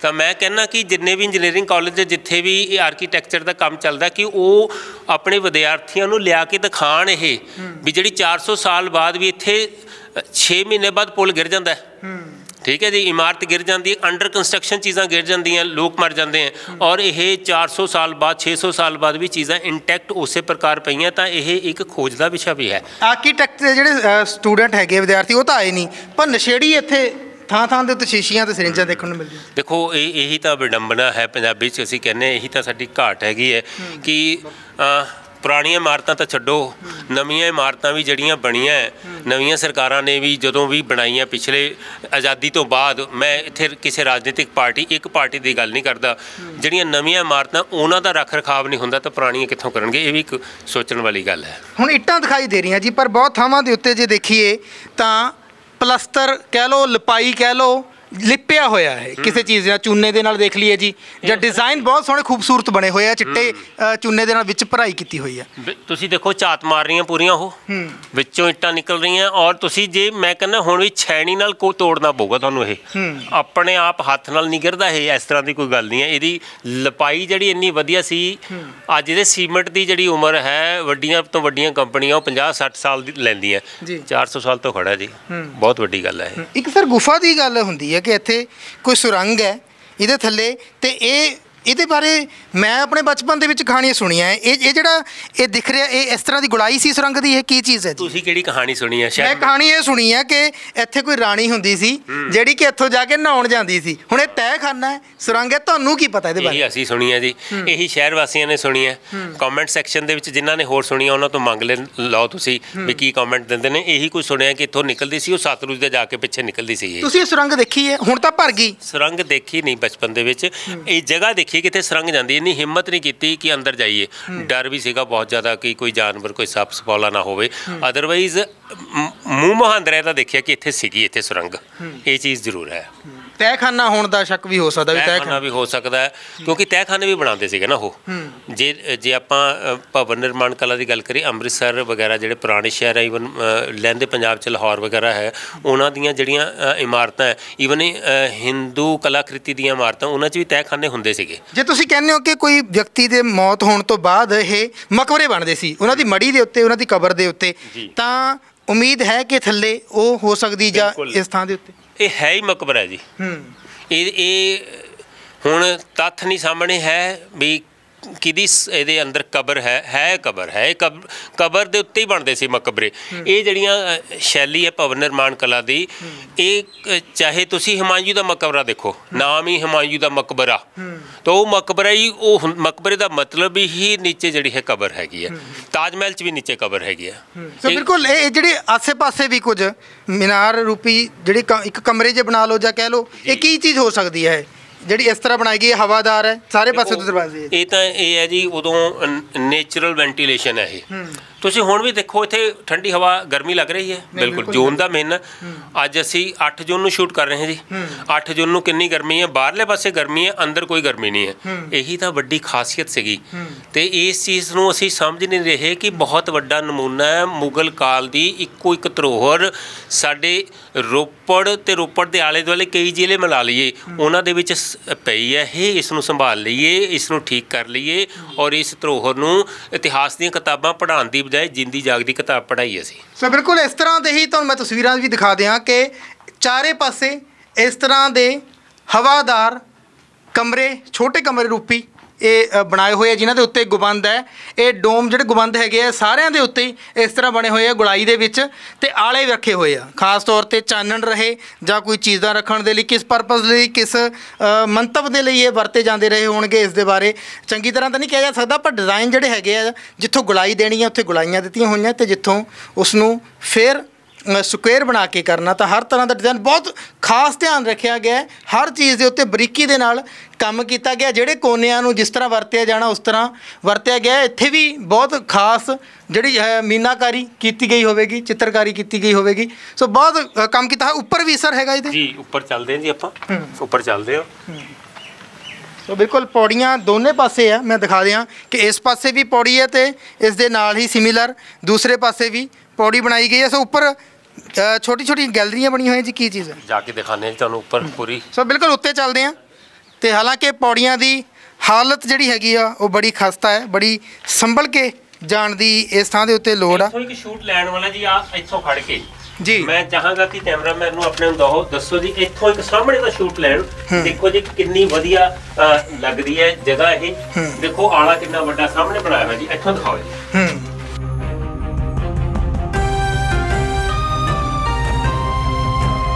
ਸੋ ਇਹ ਬਹੁਤ ਖੂਬਸੂਰਤ ਜਿਹੜਾ ਹੈਗਾ ਆਲਾ, ਇਹ ਦੋ ਪਾਸੇ ਨੂੰ ਇੱਥੋਂ ਰਸਤੇ ਜਾਂਦੇ ਆ। ਇੱਕ ਤਾਂ ਇਸ ਪਾਸੇ ਚਲਾ ਜਾਂਦਾ ਅਤੇ ਦੂਜਾ ਇਸ ਪਾਸੇ ਵੱਲ ਚਲਾ ਜਾਂਦਾ। ਇੱਥੇ ਫਿਰ ਇੱਕ ਹੋਰ ਹਵਾਦਾਰ ਕਮਰਾ ਬਣਾਇਆ ਹੋਇਆ ਅਤੇ ਸਾਹਮਣੇ ਆਲਾ ਬਣਾਇਆ ਹੋਇਆ, ਅਤੇ ਬਹੁਤ ਖੂਬਸੂਰਤ ਜਿਹੜਾ ਹੈਗਾ ਇਹ ਨਮੂਨਾ ਹੈ। ਅਤੇ ਇੱਥੋਂ ਫਿਰ ਉੱਤੇ ਵੱਲ ਪੌੜੀਆਂ ਜਾਂਦੀਆਂ, ਜਿਨ੍ਹਾਂ ਦੇ ਉੱਤੇ ਜਾਣਾ ਇਸ ਸਮੇਂ ਪੋਸੀਬਲ ਨਹੀਂ ਹੋਵੇਗਾ ਸ਼ਾਇਦ, ਪਰ ਤੁਹਾਨੂੰ ਦੂਸਰੇ ਪਾਸੇ ਤੋਂ ਦਿਖਾਉਂਦੇ ਹਾਂ ਕਿ ਫਿਰ ਇਹ ਗੈਲਰੀਆਂ ਕਿਸ ਤਰ੍ਹਾਂ ਬਣੀਆਂ ਹੋਈਆਂ, ਕਿਉਂਕਿ ਇਹ ਬਹੁ ਮੰਜ਼ਿਲਾ ਇਮਾਰਤ ਹੈ। ਸੋ ਧਿਆਨ ਨਾਲ, ਕਿਉਂਕਿ ਪੌੜੀਆਂ ਜਿਹੜੀਆਂ ਹੈਗੀਆਂ ਜੀ, ਇਹਨਾਂ ਦੀ ਵੈਂਟੀਲੇਸ਼ਨ ਦਾ ਸਿਸਟਮ ਕੰਸਟਰਕਸ਼ਨ ਦਾ ਜੀ, ਰਾਈਜ਼ਿੰਗ ਸਨ ਤੇ ਸੈਟਿੰਗ ਸਨ ਦੋਨਾਂ ਦੇ ਵਿਊ ਬਣਾਏ ਜਾਏ। ਇੱਥੋਂ ਤੁਸੀਂ ਸੈਟਿੰਗ ਸਨ ਦੇਖ ਸਕਦੇ ਹੋ ਜੀ, ਛਿਪ ਦੇ ਵੱਲ ਨੂੰ, ਉਧਰ ਚੜ੍ਹਦੇ ਵੱਲ ਨੂੰ ਜੀ। ਚੜ੍ਹਦੇ ਛਿਪਦੇ ਸੂਰਜ ਦੀਆਂ ਕਿਰਨਾਂ ਆਪਣੇ ਆਪ ਦੇ ਵਿੱਚ ਮਨਮੋਹਕ ਜਿਹੜੇ ਇੱਥੇ ਦ੍ਰਿਸ਼ ਬਣਾਉਂਦੀਆਂ। ਉਹ ਦੇਖੋ ਜੀ, ਜੀ ਉਧਰੋਂ ਚੜ੍ਹਦਾ ਤੇ ਇੱਧਰੋਂ ਲੈਂਦਾ। ਪੂਰਾ ਪ੍ਰੋਪਰ ਜਿਹੜਾ ਹੈ ਇਹਦੀ ਵੈਂਟੀਲੇਸ਼ਨ ਔਰ ਪੂਰੀ ਲਾਈਟ ਦਾ ਪ੍ਰਬੰਧ ਹੈ। ਇੰਨੀ ਵਧੀਆ ਕੰਸਟਰਕਸ਼ਨ ਹੈ ਜੀ। ਚਾਰੇ ਪਾਸੇ ਦੇ ਦਰਵਾਜ਼ੇ ਜਿਹੜੇ ਰੱਖੇ ਗਏ, ਇਹ ਜਿਹੜੀ ਗੈਲਰੀਆਂ ਹੈਗੀਆਂ ਜੀ, ਇਹਨਾਂ ਦਾ ਮੰਤਵ ਕੀ ਰਿਹਾ ਹੋਵੇਗਾ? ਇਹ ਗੈਲਰੀ ਤਾਂ ਇਹੀ ਹੈ ਜੀ, ਸਾਰੇ ਪਾਸੇ ਘੁੰਮਦੀ ਹੈ, ਚਾਰੇ ਪਾਸੇ ਹੀ ਚਾਰੇ ਪਾਸੇ ਮਕਬਰੇ ਦੇ ਆਲੇ ਦੁਆਲੇ ਘੁੰਮਦੀ ਹੈ। ਔਰ ਵੈਂਟੀਲੇਸ਼ਨ ਦਾ ਪੂਰਾ ਸਾਧਨ ਹੈ ਇਸ ਦੇ ਵਿੱਚ, ਪੂਰਾ ਸਿਸਟਮ ਬਣਿਆ ਹੈ। ਵੈਂਟੀਲੇਸ਼ਨ ਪੂਰੀ ਹੈ, ਲਾਈਟ ਪੂਰੀ ਹੈ, ਚੜ੍ਹਦੇ ਦੀ ਲਾਈਟ ਵੀ, ਛਿਪਦੇ ਵੀ ਲਾਈਟ, ਦੋਨੋਂ ਹੈ। ਤੇ ਬਿਲਕੁਲ ਮੈਂ ਉੱਪਰ ਫਿਰ ਇੱਕ ਵਾਰ ਦਿਖਾ ਦਾਂ ਕਿ ਕਿਸ ਤਰ੍ਹਾਂ ਗੁਲਾਈ ਬਣਾਈ ਗਈ ਹੈ ਇੱਟਾਂ ਲਗਾ ਕੇ, ਨਾ ਕਿਸੇ ਪ੍ਰਕਾਰ ਦਾ ਕੋਈ ਸਰੀਆ ਵਰਤਿਆ ਗਿਆ ਹੈ ਤੇ ਨਾ ਹੀ ਕੋਈ ਸੀਮੈਂਟ ਵਗੈਰਾ, ਚੂਨੇ ਦੇ ਨਾਲ ਹੀ ਇੱਟਾਂ ਜੁੜ ਕੇ ਜਿਹੜੀਆਂ ਹੈਗੀਆਂ ਉਹ ਇੱਕ ਗੁੜਾਈ ਬਣਾਈ ਗਈ ਹੈ। ਇਹੀ ਕਲਾਕਾਰੀ ਹੈ ਜੀ, ਦੇਖਣ ਵਾਲੀ ਪਰਿੰਡਾਂ ਵੀ ਲੱਗੀਆਂ ਹੋਈਆਂ ਹੈ, ਬਹੁਤ ਹੁਣ ਹਾਲਤ ਖਸਤਾ ਹੈ। ਸੋ ਅੱਗੇ ਜਾ ਕੇ ਦੇਖਦੇ ਆ, ਚਾਰੇ ਪਾਸੇ ਇਹ ਗੈਲਰੀ ਘੁੰਮਦੀ ਆ। ਇਹ ਪੌੜੀਆਂ ਫਿਰ ਉੱਤੇ ਵੀ ਜਾਂਦੀਆਂ ਜੀ ਪੌੜੀਆਂ? ਇਹ ਚਾਰੇ ਉੱਪਰ ਲਾਸਟ ਤੱਕ ਚੜ ਜਾਂਦੇ ਜੀ ਉੱਪਰ। ਪਰ ਹੁਣ ਜਾਣਾ ਸੰਭਵ ਹੈਗਾ? ਮੈਂ ਨਹੀਂ ਜਾਣਾ ਚਾਹੂੰਗਾ, ਉੱਪਰ ਤੱਕ ਚੱਲਦਾ ਹੈ ਸੀਨ। ਤੋ ਬਿਲਕੁਲ ਇਸ ਦੇ ਨਾਲ ਹੀ ਦੇ ਦੇਖੀਏ ਚਾਰੇ ਪਾਸੇ ਇਹ ਗੈਲਰੀ ਘੁੰਮਦੀ ਹੈ ਤੇ ਨਾਲ ਹਵਾਦਾਰ ਇਹ ਖੁੱਲੇ ਹਵਾਦਾਰ ਕਮਰੇ ਬਣਾਏ ਜੀ। ਸ਼ਿਵਾਲਿਕ ਦੀਆਂ ਪਹਾੜੀਆਂ ਵੱਲ, ਸਤਲੁਜ ਵੱਲ ਪੂਰਾ ਵਿਊ ਬਣਦਾ ਇਸ ਦਾ ਜੀ। ਜ਼ਬਰਦਸਤ ਵਿਊ ਹੈ, ਪੂਰੀ ਵੈਂਟੀਲੇਸ਼ਨ ਹੈ। ਕਲਾਕਾਰ ਸੀ ਪੁਰਾਣੇ ਬੰਦੇ, ਹੈ ਨਾ ਜੀ, ਔਰ ਪੂਰਾ ਨਿਰੀਖਣ ਕਰਕੇ, ਪੂਰਾ ਸੋਚ ਸਮਝ ਕੇ ਕਲਾਕ੍ਰਿਤੀਆਂ ਕਰਦੇ ਸੀ, ਡਰਾਇੰਗਸ ਬਣਾਉਂਦੇ ਸੀਗੇ ਔਰ ਵਧੀਆ ਤਰੀਕੇ ਨਾਲ ਕਲਾਕ੍ਰਿਤੀ ਕਰਦੇ ਸੀ, ਚੀਜ਼ਾਂ ਤਿਆਰ ਕਰਦੇ ਸੀ, ਭਵਨ ਤਿਆਰ ਕਰਦੇ ਸੀਗੇ। ਇਹੀ ਇਹਦੀ ਖਾਸੀਅਤ ਹੈ। ਕਿੰਨੀ ਸਮੇਂ ਦੇ ਵਿੱਚ ਇਹ ਤਿਆਰ ਹੋਈ ਹੋਵੇਗੀ ਇਮਾਰਤ, ਕੀ ਲੱਗਦਾ ਤੁਹਾਨੂੰ? ਦੇਖੋ ਜੀ, ਨਹੀਂ ਮੈਂ ਅੰਦਾਜ਼ਾ ਲਗਾ ਸਕਦਾ ਕਿ ਇਹ ਤਾਜ ਮਹਿਲ ਬਣਿਆ 20 ਸਾਲਾਂ 'ਚ। ਠੀਕ ਹੈ, ਇਹਨੂੰ ਘੱਟੋ ਘੱਟ 7-8-10 ਸਾਲ ਲੱਗੇ ਹੋਣਗੇ ਇਸ ਨੂੰ ਵੀ ਬਣਨ ਲਈ। ਤਾਜ ਮਹਿਲ 1631 ਦੇ ਵਿੱਚ ਆਰੰਭ ਹੁੰਦਾ ਜੀ, ਤੇ 1600 ਜੇ 31 ਤੋਂ ਪਹਿਲਾਂ ਦੇਖੀਏ ਜਹਾਂਗੀਰ ਦਾ ਰਾਜ, ਉਸ ਤੋਂ ਵੀ ਪਹਿਲਾਂ ਸ਼ਾਸਨ ਆਉਂਦਾ ਸਮਾਂ, ਤਾਂ ਫਿਰ ਇਹ ਤਾਜ ਮਹਿਲ ਤੋਂ ਵੀ ਪੁਰਾਣਾ ਕਿਹਾ ਜਾ ਸਕਦਾ? ਬਿਲਕੁਲ, ਤਾਜ ਮਹਿਲ ਤੋਂ ਪੁਰਾਣਾ। ਸ਼ਾਹਜਹਾਂ ਬਾਅਦ 'ਚ ਆਇਆ, ਜਹਾਂਗੀਰ ਤੋਂ ਬਾਅਦ ਆਇਆ। ਤੇ ਤਾਜ ਮਹਿਲ ਰੋਪੜ ਦਾ ਤਾਜ ਮਹਿਲ ਕਹਿ ਸਕਦੇ ਹਾਂ? ਮੈਂ ਤਾਂ ਕਹਾਂਗਾ ਰੋਪੜ ਦਾ ਤਾਜ ਮਹਿਲ ਹੈ ਜੀ। ਇਹ ਇੱਕੋ ਇੱਕ ਇਮਾਰਤ ਹੈ ਔਰ ਇਹਦਾ ਵਿਊ ਵਾਕਈ ਤਾਜ ਮਹਿਲ ਦਾ। ਤੁਸੀਂ ਆਗਰੇ ਜਾ ਕੇ ਦੇਖੋ, ਤਾਜ ਮਹਿਲ ਦਾ ਵਿਊ ਜਿਵੇਂ ਦੂਰੋਂ ਦਿਖਦਾ ਉਸ ਤਰ੍ਹਾਂ ਹੀ ਦਿਖਦਾ। ਇਹ ਠੀਕ ਹੈ, ਇਹਦੀ ਨਿਰਮਾਣ ਸ਼ੈਲੀ ਹੋਰ ਹੋ ਸਕਦੀ ਹੈ, ਲੇਕਿਨ ਵਿਊ ਇਹਦਾ ਬਹੁਤ ਸੋਹਣਾ ਲੱਗਦਾ। ਜੇ ਤੁਸੀਂ ਡਰੋਨ ਸ਼ਾਟ ਲਏ ਹੋਣਗੇ ਤਾਂ ਆਪਣੇ ਓਵਰਲੇ ਦੇ ਵਿੱਚ ਜ਼ਰੂਰ ਲਗਾਇਓ, ਬਹੁਤ ਸੋਹਣਾ ਲੱਗੇਗਾ। ਕਹਿਣ ਨੂੰ ਤਾਂ ਤੁਸੀਂ ਤਾਜ ਕਹਿ ਰਹੇ ਹੋ, ਪਰ ਇਹ ਜਿਸ ਤਰ੍ਹਾਂ ਦੀ ਹਾਲਤ ਆ, ਮੈਨੂੰ ਲੱਗਦਾ ਹੈ ਮਹਿਲ ਨਾਰਾਜ਼ ਹੋਣਾ ਇਸ ਸਮੇਂ। ਤਾਂ ਮੈਨੂੰ ਲੱਗਦਾ ਕਿ ਤੁਹਾਡੀ ਜਿਸ ਤਰੀਕੇ ਦੀ ਕਵਰੇਜ ਹੈਗੀ ਹੈ, ਸ਼ਾਇਦ ਇਹਦਾ ਕੁਛ ਨਾ ਕੁਛ ਬਣ ਜਾਣਾ। ਤਾਂ ਬਿਲਕੁਲ ਅੱਗੇ ਚੱਲਦੇ ਹਾਂ। ਸੋ ਮੈਂ ਇੱਕ ਵਾਰੀ ਦਿਖਾ ਜ਼ਰੂਰ ਦਿਆਂ ਤੁਹਾਨੂੰ ਕਿ ਇਸ ਦੇ ਜਿਹੜੇ ਕਾਰਨਰ ਹੈਗੇ ਆ, ਉਹਨਾਂ ਨੂੰ ਅਲੱਗ ਤਰੀਕੇ ਨਾਲ ਗੋਲ ਕੀਤਾ ਗਿਆ, ਭਾਵੇਂ ਉੱਪਰ ਦੀ ਗੋਲਾਈ ਅਲੱਗ ਹੈ। ਸੋ ਇਹ ਆਪਣੇ ਆਪ ਦੇ ਵਿੱਚ ਹਰ ਚੀਜ਼ ਇਸ ਦੀ ਖਾਸ ਹੈ। ਸੋ ਜੇ ਦੇਖਿਆ ਜਾਵੇ, ਕੁਝ ਅੰਸ਼ ਇਸ ਦੇ ਅਜੇ ਦਿਸਦੇ ਆ ਕਿ ਇਹਦੇ ਉੱਤੇ ਖਾਸ ਗੋਲਾਈਆਂ ਹੋਰ ਪਲਸਤਰ ਨਾਲ ਜਾਂ ਲਿਪ ਕੇ ਬਣਾਈਆਂ ਗਈਆਂ ਹੋਣਗੀਆਂ। ਜਿਸ ਤਰ੍ਹਾਂ ਥੱਲੇ ਦੇਖਣ ਨੂੰ ਮਿਲਦਾ, ਉਸ ਦੇ ਮੁਤਾਬਕ ਇਸ ਦੇ ਉੱਤੇ ਚਿੱਤਰਕਾਰੀ ਵੀ ਜ਼ਰੂਰ ਕੀਤੀ ਗਈ ਹੋਵੇਗੀ। ਉਸ ਦੇ ਨਾਲ ਮੈਂ ਇੱਕ ਹੋਰ ਖਾਸ ਚੀਜ਼ ਤੁਹਾਨੂੰ ਦਿਖਾ ਦਿਆਂ। ਜਿਸ ਤਰ੍ਹਾਂ ਬੀਮ ਅੱਜ ਕੱਲ੍ਹ ਪਾਏ ਜਾਂਦੇ, ਤਾਂ ਇਹ ਲੱਕੜ ਦੇ ਬੀਮ ਇਹਦੇ ਵਿੱਚ ਜ਼ਰੂਰ ਪਾਏ ਹੋਏ ਆ, ਕਿਉਂਕਿ ਜਦੋਂ ਕੋਈ ਗੁੜਾਈ ਦਿੱਤੀ ਜਾਂਦੀ ਜਾਂ ਅਸੀਂ ਘਰਾਂ ਦੇ ਵਿੱਚ ਵੀ ਖਿੜਕੀਆਂ ਬਣਾਉਂਦੇ ਹਾਂ, ਤਾਂ ਮੈਂ ਖਾਸ ਤੌਰ 'ਤੇ ਤੁਹਾਨੂੰ ਦਿਖਾ ਦਿਆਂ ਕਿ ਲੱਕੜ ਦੀਆਂ ਸਤੀਰੀਆਂ ਜਿਹੜੀਆਂ ਹੈਗੀਆਂ ਇਹਦੇ ਵਿੱਚ ਉੱਤੇ ਰੱਖੀਆਂ ਹੋਈਆਂ, ਜਿਹੜੀ ਇੱਕ ਹੁਣ ਦਿਖਾਈ ਦੇ ਰਹੀ ਆ ਕਿ ਇਸ ਨੂੰ ਜਦੋਂ ਪਲਾਨ ਕੀਤਾ ਗਿਆ ਹੋਵੇਗਾ। ਇਹ ਬਿਲਕੁਲ ਓਰੀਜਨਲ ਹੈ ਜੀ। ਇਹ ਬਿਲਕੁਲ ਓਰੀਜਨਲ ਲੱਕੜ ਹੈ। ਇਹ ਓਰੀਜਨਲ ਪੁਰਾਣੀ ਲੱਕੜ ਹੈਗੀ, ਉਸ ਤਰ੍ਹਾਂ ਹੀ ਪਈ ਹੈ। ਇਹ ਕੋਈ ਬਾਹਰੋਂ ਨਹੀਂ ਕੰਸਟਰਕਸ਼ਨ ਹੋਈ, ਕਿਉਂਕਿ ਇਹਦੀ ਰੈਨੋਵੇਸ਼ਨ ਅੱਜ ਤੱਕ ਹੋਈ ਹੋਈ ਨਹੀਂ, ਤਾਂ ਕਿ ਉੱਪਰ ਦਾ ਜਿਹੜਾ ਵਜ਼ਨ ਹੈਗਾ ਉਹ ਇਹਨਾਂ ਦੇ ਉੱਤੇ ਨਾ ਪਵੇ, ਤੇ ਜਿਹੜੇ ਆਰਚ ਬਣੇ ਹੋਏ ਆ ਇਹ ਨਾ ਢਹਿਣ। ਇਸ ਦੇ ਲਈ ਉੱਪਰ ਉਹ ਕੀ ਪ੍ਰਬੰਧ ਕੀਤਾ ਗਿਆ ਸੀ, ਉਸ ਦਾ ਵੀ ਇੱਕ ਨਮੂਨਾ। ਸ਼ਾਇਦ ਇਹ ਪਰਤ ਉਗੜੀ ਆ ਤਾਂ ਇਹਦਾ ਪਾਜ ਉਗੜਿਆ ਜੀ, ਹੁਣ ਇਹ ਕਹਿ ਸਕਦੇ ਹਾਂ ਜੀ। ਬਿਲਕੁਲ, ਇਹ ਇੱਕ ਲੌਗ ਹੈ, ਪੂਰਾ ਦਾ ਪੂਰਾ ਵੁੱਡ ਲੌਗ ਹੈਗਾ, ਜਿਹੜਾ ਤਕਰੀਬਨ 7 ਫੁੱਟ 8 ਫੁੱਟ ਦਾ ਹੈਗਾ। ਉਹਦੇ ਮੁਤਾਬਿਕ ਇਹ ਐਂਡ ਟੂ ਐਂਡ ਲਗਾਇਆ ਹੈ। ਬਾਕੀ ਆਰਕਸ ਦੇ ਵਿੱਚ ਵੀ ਇਹਨਾਂ ਨੇ ਡੈਫੀਨੇਟਲੀ ਲਗਾਏ ਹੋਣਗੇ। ਲੱਕੜ ਦਾ ਬੀਮ ਕਹਿ ਸਕਦੇ ਹਾਂ। ਸੋ ਬਿਲਕੁਲ ਅੱਗੇ ਚੱਲਦੇ ਹਾਂ। ਅੱਗੇ ਇਸੇ ਤਰ੍ਹਾਂ ਪੂਰੀ ਇਮਾਰਤ ਦੇ ਵਿੱਚ ਜੋ ਗੈਲਰੀ ਆਸੇ-ਪਾਸੇ ਘੁੰਮਦੀ ਹੈ ਜੀ। ਸੋ ਮੈਂ ਕੈਮਰਾਮੈਨ ਨੂੰ ਕਹਾਂਗਾ ਕਿ ਕੋਈ ਡਾਇਰੈਕਸ਼ਨ ਐਸੀ ਨਹੀਂ ਹੈ ਜੀ, ਨਾਰਥ ਸਾਊਥ ਈਸਟ ਵੈਸਟ, ਜਿਸ ਦੇ ਵਿੱਚ ਇਸ ਦੀ ਵੈਂਟੀਲੇਸ਼ਨ ਨਹੀਂ ਹੈ, ਹਵਾ ਦਾ ਪ੍ਰਬੰਧ ਨਹੀਂ ਹੈ। ਖਿੜਕੀਆਂ ਦੇਖੋ, ਅੱਜ ਕੱਲ੍ਹ ਅਸੀਂ ਏਸੀ ਲਗਾ ਕੇ ਕੂਲਿੰਗ ਕਰਨ ਦੀ ਕੋਸ਼ਿਸ਼ ਕਰਦੇ ਹਾਂ, ਹੈ ਨਾ। ਇਹ ਨੇਚਰਲ ਕੂਲਿੰਗ ਹੈ। ਤੁਸੀਂ ਆਏ ਹੋ ਇੱਥੇ, ਤੁਸੀਂ ਮਹਿਸੂਸ ਕੀਤਾ ਹੈ ਕਿ ਕਿੰਨੀ ਠੰਡਕ ਹੈ ਜੀ। ਜੂਨ ਦੇ ਮਹੀਨੇ 'ਚ ਇੰਨੀ ਠੰਡਕ ਹੋਣੀ, ਨੇਚਰਲ ਹੋਣੀ, ਔਰ ਬੜੀ ਸੂਦਿੰਗ ਹੈ। ਇਹ ਨਹੀਂ ਹੈ ਕਿ ਏਸੀ ਦੀ ਜਿਹੜੀ ਕੂਲਿੰਗ ਉਹ ਸੂਦਿੰਗ ਨਹੀਂ ਹੁੰਦੀ, ਉਹ ਤੁਹਾਨੂੰ ਮਤਲਬ ਇੱਕ ਵਾਰੀ ਤੰਗ ਕਰਦੀ ਹੈ। ਤਾਂ ਇੱਥੇ ਤੁਹਾਨੂੰ ਨੇਚਰਲ ਜੀ ਸੂਦਿੰਗ ਮਿਲ ਰਹੀ ਹੈ। ਇਹੀ ਕੰਸਟਰਕਸ਼ਨ ਦੀ ਖਾਸੀਅਤ ਸੀਗੀ। ਮੈਂ ਬਾਰ-ਬਾਰ ਇਹੀ ਕਹਿਣਾ ਕਿ ਸਰਕਾਰੀ ਦਰਬਾਰੇ ਚੀਜ਼ਾਂ ਪਹੁੰਚਣ ਔਰ ਅਥਾਰਟੀਜ਼ ਇਸ ਨੂੰ ਦੇਖਣ, ਇਸ ਦੇ ਪ੍ਰਤੀ ਕੋਈ ਕਦਮ ਚੁੱਕਣ ਔਰ ਇਸ ਧਰੋਹਰ ਨੂੰ ਬਚਾਉਣ। ਮੈਂ ਤਾਂ ਇਹੀ ਕਹੂੰਗਾ ਕਿ ਰੱਬ ਦਾ ਵਾਸਤਾ ਜੇ ਕੁਛ ਨਾ ਕੁਛ ਕਰ ਲਓ, ਇਸ ਨੂੰ ਬਚਾ ਲਓ, ਮਰਦ ਨੂੰ ਬਚਾ ਲਓ। ਮਰਦ ਨੂੰ ਬਚਾਉਣਾ ਜਿਹੜਾ ਬਹੁਤ ਵੱਡਾ ਜਿਹੜਾ ਹੈ ਪੁੰਨ ਵੀ ਹੁੰਦਾ ਜੀ। ਪਤਾ ਨਹੀਂ ਕਿਹਦੇ ਹਿੱਸੇ ਆਉਣਾ ਹੈ ਪੁੰਨ, ਆਉਣਾ ਚਾਹੀਦਾ। ਸੋ ਬਿਲਕੁਲ ਇਹ ਧਰੋਹਰ ਚੀਕ ਕੇ ਕਹਿ ਰਹੀ ਹੈ। ਸੋ ਅੱਗੇ ਵੱਲ ਚੱਲਦੇ ਹਾਂ। ਇਸ ਪਾਸੇ ਤੋਂ ਫਿਰ ਇਹ ਗੈਲਰੀ ਇਸੇ ਤਰ੍ਹਾਂ ਘੁੰਮਦੀ ਜਾਂਦੀ ਹੈ। ਸੋ ਬਹੁਤ ਖੂਬਸੂਰਤ ਜਿਹੜੀ ਇਹ ਕਲਾ ਦਾ ਨਮੂਨਾ ਹੈ। ਇਸ ਤੋਂ ਉੱਤੇ ਮੈਂ ਤੁਹਾਨੂੰ ਦਿਖਾ ਦਿਆਂ ਕਿ ਇੱਕ ਵਾਰ ਤਸਵੀਰਾਂ ਦਿਖਾ ਦਿਓ। ਇਹ ਪੌੜੀਆਂ ਫਿਰ ਉੱਤੇ ਜਾਂਦੀਆਂ ਜਿੱਥੇ ਕਿ ਗੁੰਬਦ ਹੈ। ਜੋ ਬਣਿਆ ਹੋਇਆ Top ਤੇ ਜਾਂਦੀ ਜੀ। ਟੌਪ ਤੇ ਜਾਂਦੀਆਂ ਬਿਲਕੁਲ। ਤੇ ਇੱਥੇ ਜਾਣਾ ਹੁਣ ਖਤਰੇ ਤੋਂ ਖਾਲੀ ਨਹੀਂ ਹੈ। ਸੋ ਪਰ ਕੋਸ਼ਿਸ਼ ਜੋ ਹੈ ਤੁਹਾਨੂੰ ਦਿਖਾਉਣ ਦੀ ਉਹ ਜ਼ਰੂਰ ਕਰਾਂਗੇ। ਉੱਪਰੋਂ ਸ਼ਾਟ ਲਵਾਂਗੇ ਕਿ ਡਰੋਨ ਦੇ ਨਾਲ ਸ਼ਾਟ ਲੈ ਕੇ ਤੁਹਾਨੂੰ ਦਿਖਾ ਸਕੀਏ। ਸੋ ਅੱਗੇ ਵੱਲ ਚੱਲਦੇ ਹਾਂ। ਅੱਗੇ ਚਾਰੇ ਪਾਸੇ ਘੁੰਮ ਰਹੀ ਹੈ ਨਾ ਜੀ ਗੈਲਰੀ ਜੀ। ਇਹ ਪੂਰੀ ਦੀ ਪੂਰੀ ਗੈਲਰੀ ਜਿਹੜੀ ਹੈ ਚਾਰੇ ਪਾਸੇ ਘੁੰਮ ਰਹੀ ਹੈ ਔਰ ਇਹੀ ਖਾਸੀਅਤ ਸੀਗੀ ਜਿਹੜੀ ਭਵਨ ਨਿਰਮਾਣ ਕਲਾ ਦੀ ਮੁਗਲ ਕਾਲ ਦੀ ਸ਼ੈਲੀ ਜਿਹੜੀ ਹੈ। ਇਹ ਹੁਣ ਇੱਥੋਂ ਤੁਸੀਂ ਦੇਖ ਸਕਦੇ ਨੀਚੇ ਦਾ ਵਿਊ ਵੀ ਬੜਾ ਵਧੀਆ ਹੈ, ਚਾਰੇ ਪਾਸੇ ਤੋਂ ਬਣਿਆ ਹੋਇਆ। ਸਰ ਇੱਕ ਇਹਦੇ ਵਿੱਚ ਮੈਂ ਚੀਜ਼ਾਂ ਕੁਛ ਤੁਹਾਨੂੰ ਤੁਹਾਡੇ ਧਿਆਨ 'ਚ ਲੈਣਾ ਚਾਹਾਂਗਾ ਕਿ ਲੋਕਾਂ ਨੇ ਆਪਣੀ ਜ਼ਿੰਦਗੀ 'ਤੇ ਖੇਲ ਕੇ ਇੱਥੇ ਕੁਝ ਨਾ ਕੁਝ ਲਿਖਣ ਤੋਂ ਗਰੇਜ਼ ਨਹੀਂ ਕੀਤਾ। ਅਜਿਹੀਆਂ ਥਾਵਾਂ ਦੇ ਉੱਤੇ ਆਪਣੇ ਨਾਂ ਜਾਂ ਪਤਾ ਨਹੀਂ ਕੀ ਆੜ ਕੁਆੜ ਲਿਖ ਦਿੱਤਾ ਜਿੱਥੇ ਸ਼ਾਇਦ ਕਲਾਕਾਰੀ ਕਰਨ ਦੇ ਲਈ ਮਿਸਤਰੀਆਂ ਨੂੰ ਜਾਂ ਕਲਾਕਾਰਾਂ ਨੂੰ ਤਾਂ ਮੁਸ਼ਕਿਲਾਂ ਚੜ੍ਹਨਾ ਪਿਆ ਹੋਊਗਾ, ਪਰ ਇਹ ਆਪਣੇ ਘੁੱਗੂ ਘਾਂਗੜੇ ਵਾਹੁਣ ਲਈ ਦੇਖ ਲਓ ਕਿੱਥੇ ਤੱਕ ਆ ਗਏ। ਤੁਸੀਂ ਜੈਪੁਰ ਜਾਓਗੇ ਨਾ, ਮੈਂ ਪਿੱਛੇ ਜੈਪੁਰ ਗਿਆ ਤਾਂ ਉੱਥੇ ਵੀ ਮੈਨੂੰ ਨਾਮ ਦਿਖੇ ਲੋਕਾਂ ਦੇ, ਮਾਫ ਕਰਨਾ ਸਾਡੇ ਸ਼ਹਿਰ ਦੇ ਲੋਕਾਂ ਦੇ ਵੀ ਨਾਮ ਪੜ੍ਹਨ ਨੂੰ ਮਿਲੇ ਕਿ ਉੱਥੇ ਲਿਖਿਆ ਹੈ ਰੋਪੜ ਨਾਲ ਲਿਖਿਆ ਹੋਇਆ। ਤਾਂ ਇਹ ਪੰਜਾਬੀਆਂ ਦੀ ਆਦਤ ਅਸੀਂ ਲਿਖ ਦਿੰਦੇ, ਪਰ ਸਾਨੂੰ ਇਸ ਤੋਂ ਗੁਰੇਜ਼ ਕਰਨਾ ਚਾਹੀਦਾ ਆਪਣੀ ਧਰੋਹਰ ਨੂੰ। ਮੈਂ ਤਾਂ ਤੁਹਾਡੀ ਇਸ ਚੈਨਲ ਦੇ ਜ਼ਰੀਏ ਇਹੀ ਅਪੀਲ ਕਰਾਂਗਾ, ਨਾਟ ਸਿਰਫ ਇਸ ਮਕਬਰੇ ਦੀ, ਚਾਹੇ ਕੋਈ ਧਾਰਮਿਕ ਸਥਾਨ ਹੋਵੇ, ਚਾਹੇ ਕੋਈ ਵੀ ਜਗ੍ਹਾ ਹੋਵੇ, ਚਾਹੇ ਸਕੂਲ ਹੋਣ, ਚਾਹੇ ਸਕੂਲ ਦੇ ਵਾਸ਼ਰੂਮ ਹੋਣ, ਕਿਤੇ ਵੀ ਹੋਵੇ, ਕਿਰਪਾ ਕਰਕੇ ਆਪਣੇ ਹੱਥਾਂ ਨੂੰ ਥੋੜ੍ਹਾ ਜਿਹਾ ਕਾਬੂ ਰੱਖੋ, ਇਹ ਚੀਜ਼ਾਂ ਨਾ ਲਿਖੋ। ਔਰ ਇਹ ਜੇਕਰ ਅਸੀਂ ਕੰਮ ਕਰਾਂਗੇ ਤਾਂ ਸਾਡੀ ਜਿਹੜੀ ਸਾਖ ਜਿਹੜੀ ਹੈ ਖਰਾਬ ਹੁੰਦੀ ਹੈ। ਮਤਲਬ ਦੇਖੋ ਅਸੀਂ ਪੰਜਾਬੀ ਲੈਂਗੁਏਜ 'ਚ ਹੀ ਲਿਖ ਦਿੰਦੇ ਹਾਂ ਤਾਜ ਮਹਿਲ ਦੇ ਉੱਤੇ ਜਾ ਕੇ, ਤਾਂ ਕਿੰਨਾ ਸਾਡਾ ਪੰਜਾਬੀਆਂ ਦਾ ਜਿਹੜੀ ਸਾਖ ਖਰਾਬ ਹੁੰਦੀ ਹੈ, ਹੋਣੀ ਨਹੀਂ ਚਾਹੀਦੀ। ਸੋ ਬਿਲਕੁਲ ਜੇ ਨਾਮ ਆਪਣਾ ਬਚਾਉਣਾ ਚਾਹੁੰਦੇ ਹੋ ਤਾਂ ਦੁਨੀਆ 'ਤੇ ਕੋਈ ਕੰਮ ਅਜਿਹਾ ਕਰ ਦਿਓ ਕਿ ਤੁਹਾਡਾ ਨਾਮ ਬਚ ਜਾਏ। ਸੋ ਮੈਂ ਇੱਕ ਹੋਰ ਚੀਜ਼ ਤੁਹਾਨੂੰ ਦਿਖਾਉਣਾ ਚਾਹਾਂਗਾ ਕਿ ਕਿਸ ਤਰ੍ਹਾਂ ਜਿਉਂ-ਜਿਉਂ ਪੌੜੀਆਂ ਥੱਲੇ ਜਾਂਦੀਆਂ ਤਾਂ ਇਹ ਇਸ ਤਰ੍ਹਾਂ ਨਾਲ ਡਿਜ਼ਾਈਨ ਹੇਠਾਂ ਵੱਲ ਨੂੰ ਤੁਰਿਆ ਜਾਂਦਾ। ਸੋ ਅੱਗੇ ਚੱਲਦੇ ਹਾਂ। ਉੱਤੇ ਜਾਣ ਦੇ ਲਈ ਹੁਣ ਪੌੜੀਆਂ ਵੀ ਨਹੀਂ ਅਤੇ ਉੱਤੇ ਜਾਇਆ ਵੀ ਨਹੀਂ ਜਾ ਸਕਦਾ, ਹੇਠਾਂ ਵੱਲ ਜਾਣਾ ਹੀ ਵਾਜਬ ਰਹੇਗਾ। ਤਾਂ ਫਿਰ ਇੱਕ ਵਾਰੀ ਤੁਹਾਨੂੰ ਕਲਾ ਦਾ ਨਮੂਨਾ ਨਾਲ ਨਾਲ ਦਿਖਾਉਂਦੇ ਚੱਲਦੇ ਹਾਂ। ਇਸੇ ਤਰ੍ਹਾਂ ਪੌੜੀਆਂ ਬਣਾ ਕੇ ਸਾਹਮਣੇ ਫਿਰ ਆਲਾ ਬਣਾਇਆ ਹੋਇਆ ਅਤੇ ਉਸ ਦੇ ਨਾਲ ਹੀ ਇਸ ਪਾਸੇ ਵੱਲ ਵੀ ਖੁੱਲ੍ਹਾ ਇੱਕ ਹਵਾਦਾਰ ਕਮਰੇ ਦਾ ਨਿਰਮਾਣ ਕੀਤਾ ਗਿਆ। ਸਾਰੇ ਪਾਸੇ ਵੱਖ-ਵੱਖ ਥਾਵਾਂ ਦੇ ਉੱਤੇ ਆਲੇ ਬਣਾਏ ਗਏ ਆ, ਬਹੁਤ ਖੂਬਸੂਰਤ ਢੰਗ ਦੇ ਨਾਲ ਗੁਲਾਈਆਂ ਉਸੇ ਤਰ੍ਹਾਂ ਬਣਾਈਆਂ ਹੋਈਆਂ ਅਤੇ ਇਸ ਪਾਸਿਓਂ ਇਹ ਪੌੜੀਆਂ ਫਿਰ ਥੱਲੇ ਵੱਲ ਚਲੇ ਜਾਂਦੀਆਂ। ਪੌੜੀਆਂ ਦੀ ਹਾਲਤ ਖਸਤਾ ਹੈ, ਪਰ ਜੇਕਰ ਇਸ ਦੇ ਉੱਤੇ ਕੰਮ ਹੋ ਜੇ ਅਜੇ ਵੀ ਇਹ ਬਚ ਸਕਦੀਆਂ। ਸੋ ਬਿਲਕੁਲ ਹੁਣ ਉੱਤੋਂ ਥੱਲੇ ਆ ਚੁੱਕੇ ਹਾਂ।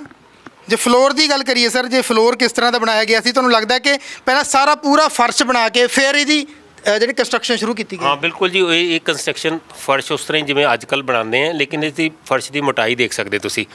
ਦੇਖੋ 6 ਇੰਚ ਤੱਕ ਤਾਂ ਹੁਣ ਵੀ ਦਿਖਾਈ ਦੇ ਰਿਹਾ ਹੈ ਪੂਰਾ ਦਾ ਪੂਰਾ। ਇਹਦੀ ਭਰਤ ਜਿਹੜੀ ਫਰਸ਼ ਦੀ ਜੋ ਇਹਦੇ 'ਚ ਮਸਾਲਾ ਭਰਿਆ ਗਿਆ 6 ਇੰਚ ਤੱਕ ਹੈ, ਔਰ ਇਸੇ ਕਰਕੇ ਬਿਲਕੁਲ ਕਾਇਮ ਹੈ ਹਜੇ ਵੀ ਪੂਰਾ। ਤੁਸੀਂ ਇਹਨੂੰ ਹਿਲਾ ਨਹੀਂ ਸਕਦੇ ਜੀ, ਕਿਤੋਂ ਹਿੱਲਿਆ ਨਹੀਂ ਹੈ। ਘਰ 'ਚ ਅਸੀਂ ਟਾਈਲਾਂ ਲਗਾਉਂਦੇ ਹਾਂ, ਕੁਛ ਲਗਾਉਂਦੇ ਹਾਂ, ਮਾਰਬਲ ਲਗਾਉਂਦੇ, ਹਿੱਲ ਜਾਂਦਾ, ਇਹ ਹਿੱਲਿਆ ਨਹੀਂ ਹੋਇਆ ਕਿਤੋਂ ਵੀ। ਪੂਰੀ ਭਰਤ ਹੈ ਜੀ, ਬਹੁਤ ਚੰਗੀ ਤਰੀਕੇ ਨਾਲ ਇਸ ਨੂੰ ਸੈੱਟ ਕਰਕੇ ਬਣਾਇਆ ਗਿਆ ਤਾਂ ਕਿ ਜਿਹੜਾ ਦਬੇ ਨਾ ਕਿਸੇ ਥਾਂ ਤੋਂ, ਕਿਤੋਂ ਨਹੀਂ ਦਬ ਰਿਹਾ, ਬਿਲਕੁਲ ਬਰਾਬਰ ਹੈ ਸਾਰੇ ਪਾਸਿਓਂ। ਕਿ ਇਹ ਨਹੀਂ ਵੀ ਕਿਸੇ ਕਈ ਵਾਰ ਹੁੰਦਾ ਵੀ ਦਬ ਗਿਆ ਕਿਸੇ ਪਾਸਿਓਂ, ਫਰਸ਼ ਕਿਸੇ ਪਾਸਿਓਂ ਨਹੀਂ ਦਬਿਆ ਹੋਇਆ, ਪੂਰੀ ਇਮਾਰਤ ਹੀ ਨਹੀਂ ਦਬੀ ਹੋਈ ਕਿਸੇ ਪਾਸਿਓਂ। ਸਾਰੀ ਦੀ ਸਾਰੀ ਇਮਾਰਤ ਉਸ ਤਰ੍ਹਾਂ ਹੀ ਹੈ, 400 ਸਾਲ ਪਹਿਲਾਂ ਜਿਸ ਤਰ੍ਹਾਂ ਸੀ ਉਸ ਤਰ੍ਹਾਂ ਹੀ ਹੈ। ਸਿਰਫ ਇਹੀ ਹੈ ਕਿ ਇਹਦੀਆਂ ਲੋਕਾਂ ਨੇ ਇੱਟਾਂ ਕੱਢ ਲਈਆਂ ਜਾਂ ਇਸ ਨੂੰ ਬੇਧਿਆਨੇ ਸਰਕਾਰ ਨੇ ਇਸ 'ਤੇ ਕੋਈ ਕੰਮ ਨਹੀਂ ਕੀਤਾ ਤਾਂ ਹੋਇਆ, ਅਦਰਵਾਈਜ਼ ਇਹ 'ਚ ਕੋਈ ਗੜਬੜ ਨਹੀਂ ਹੈ। ਬਿਲਕੁਲ ਇਮਾਰਤ ਦਾ ਜਾਂ ਇਮਾਰਤ ਸਾਜੀ ਕਰਨ ਵਾਲੇ ਲੋਕਾਂ ਦਾ ਵਾਕਈ ਉਹਨਾਂ ਨੂੰ ਸਲੂਟ ਬਣਦਾ ਕਿ ਇੰਨੀਆਂ ਸੋਹਣੀਆਂ ਇਮਾਰਤਾਂ ਅਤੇ ਕਿੰਨੀ ਮਿਹਨਤ ਨਾਲ ਅਤੇ ਕਿੰਨੇ ਅੱਛੇ ਡਿਜ਼ਾਈਨਸ ਦੇ ਨਾਲ ਔਰ ਕਿੰਨੇ ਜਜ਼ਬੇ ਦੇ ਨਾਲ, ਕਿੰਨੀ ਫੀਲਿੰਗਸ ਦੇ ਨਾਲ, ਕਿੰਨੀਆਂ ਭਾਵਨਾਵਾਂ ਦੇ ਨਾਲ ਇਸ ਨੂੰ ਤਿਆਰ ਕੀਤਾ ਗਿਆ ਜੀ। ਸੋ ਬਿਲਕੁਲ ਇਸ ਪਾਸੇ ਵੱਲ ਫਿਰ ਜਿਸ ਪਾਸੇ ਤੋਂ ਆਏ ਸੀ ਤੇ 4 ਹੀ ਦਰਵਾਜ਼ੇ ਜਿਹੜੇ ਹੈਗੇ ਇਸ ਦੇ ਵੀ ਬਣਾਏ ਗਏ ਆ ਜੀ। ਬਿਲਕੁਲ ਚਾਰੇ ਉਸ ਤਰ੍ਹਾਂ ਹੀ ਹੈ ਜੀ, ਸਾਰੀ ਕੰਸਟਰਕਸ਼ਨ ਮੈਂ ਦੱਸ ਰਿਹਾ ਜੀ, ਜਿਵੇਂ ਤਾਜ ਮਹਿਲ ਦੀ ਕੰਸਟਰਕਸ਼ਨ ਹੈ ਉਸ ਤਰ੍ਹਾਂ ਹੀ ਕੰਸਟਰਕਸ਼ਨ ਹੈ, ਬਿਲਕੁਲ ਸੇਮ ਪੈਟਰਨ ਹੈ ਇਹ, ਬਿਲਕੁਲ ਸੇਮ ਪੈਟਰਨ ਹੈ। ਤਾਂ 4 ਦਰਵਾਜ਼ੇ ਉਸੇ ਤਰ੍ਹਾਂ ਬਣਾਏ ਗਏ। ਤੁਸੀਂ ਉੱਥੇ ਕਿ ਇੱਟਾਂ ਜਿਹੜੇ ਹੈਗੇ ਲੋਕ ਕੱਢ ਕੇ ਲੈ ਗਏ ਤੇ ਇੱਟਾਂ ਕੱਢਣ ਤੱਕ ਵੀ ਆ ਗਏ, ਕਬਰਾਂ ਦੀਆਂ ਇੱਟਾਂ ਲੋਕੀ ਘਰਾਂ ਨੂੰ ਢੋਣ ਲੱਗ ਗਏ। ਕਿਹੋ ਜਿਹਾ ਜਿਹੜਾ ਸਮਾਂ ਕਲਯੁਗ ਚੱਲ ਰਿਹਾ, ਘੋਰ ਕਲਯੁਗ ਚੱਲ ਰਿਹਾ, ਮਹਾਂ ਕਲਯੁਗ ਚੱਲ ਰਿਹਾ, ਇਹ ਕੁਛ ਹੋਣਾ ਹੀ ਹੈ। ਮਤਲਬ ਸਾਡੇ ਤਾਂ ਇਹ ਵੀ ਹੈ ਕਿ ਗਟਰ ਸ਼ਟਰ ਜਿਹੜੇ ਹੁੰਦੇ ਉਹ ਵੀ ਕੱਢ ਕੇ ਲੈ ਜਾਂਦੇ ਲੋਕੀ, ਤਾਂ ਇਹ ਤਾਂ ਹੋਣਾ ਹੀ ਹੋਣਾ ਜੇ ਇੱਥੇ ਕੋਈ ਹੈ ਹੀ ਨਹੀਂ ਕੋਈ। ਜਿੰਨਾ ਕੁ ਦਾ ਕਿਸ ਦਾ ਲੱਗਦਾ ਲਾ ਗਿਆ ਉਹ। ਸਰ ਦੱਸਿਆ ਜਾਂਦਾ ਹੈ ਕਿ ਜਿਹੜੇ 2 ਮਰਲੇ ਤੇ 9 ਕਨਾਲ 2 ਕਨਾਲ ਤੇ 9 ਮਰਲੇ, 2 ਕਨਾਲ 9 ਮਰਲੇ ਜਿਹੜੀ ਜਗ੍ਹਾ ਸੀ ਉਹ ਇਸ ਮਕਬਰੇ ਦੇ ਹਿੱਸੇ ਆਈ ਸੀ ਉਸ ਦੇ ਵਿੱਚ ਬਣਾਇਆ ਗਿਆ ਸੀ।